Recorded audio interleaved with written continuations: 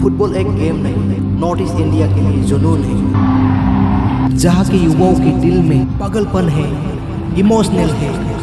जीत और हार के मैदानों पे सबके दिल में जोर से धड़कने लगता है, कौन सबसे पहले गोल मारेगा। और यहाँ के बच्चों से लेकर बुजुर्ग तक, महिलाओं से लेकर मर्द तक सबकी फेवरेट है फुटबॉल। आज हम फुटबॉल के साथ साथ बोडोलैंड की बात करो तो, और यहाँ की आर्ट एंड कल्चर के बारे में बोलो तो, यहाँ की महिला डोकोना पहनते एंड जमग्रा पहनते, और बोडो महिला की सबसे पसंदीदा डांस है बागुरुम्बा। लोग देखकर कहते हैं बटरफ्लाई डांस।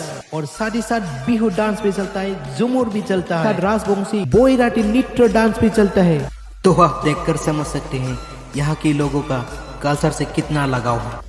वैसे आप कौन सा स्टेज से देख रहे हैं और कौन सा टीम को आप सपोर्ट कर रहे हैं, बताओ जल्दी से कमेंट सेक्शन में। जय भारत, जय बोडोलैंड।